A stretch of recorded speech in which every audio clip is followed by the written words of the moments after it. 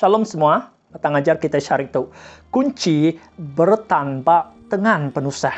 Basic 3 kunci bertanpa dengan penusah dalam penghidup tu. Pertama, percaya ngau janji Tuhan.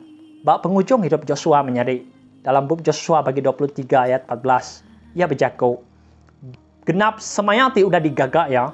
Udah dikamat ke yang magang. Nah dari situ semayanya tindak dikamat ke yang. Semua semayati digagak Tuhan ngagai sidak.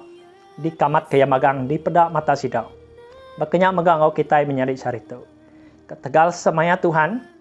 Kita digagak berega ngau mulia bak mata Tuhan. Ketegal semayanya. Kita boleh ungkup dalam perintah syurga. Ketegal pengarap. Ngagai Tuhan. Kita boleh nerima semaya Tuhan tu dalam penghidup kita.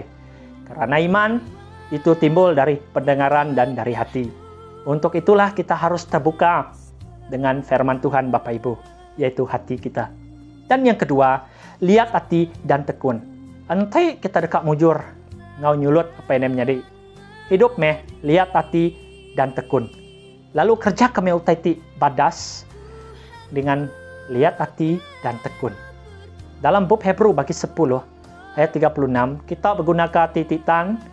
Ngambil kelebu kita udah ngerja peneka Allah Ta'ala, kita nerima utaiti udah di semaya.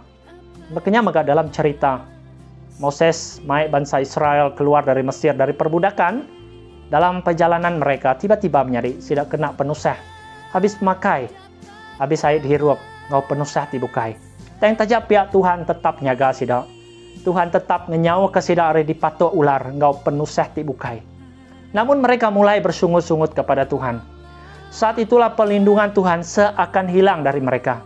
Kenapa? Karena mereka bersungut-sungut kepada Tuhan. Demikian juga jika kita selalu bersungut-sungut dan selalu menyalahkan orang lain, itu akan menghambat janji Tuhan tercurah atas kehidupan kita.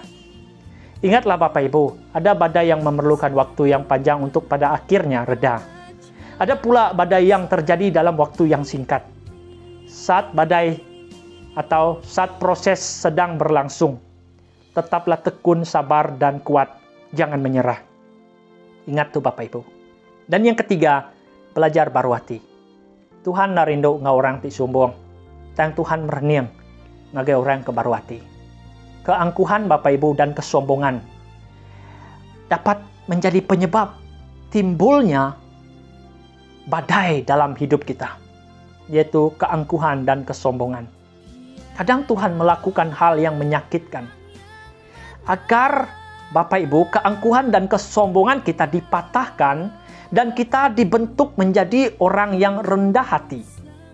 Bapak Ibu, laban baru hati oleh maik kita ngagai pemansang dalam pengarap.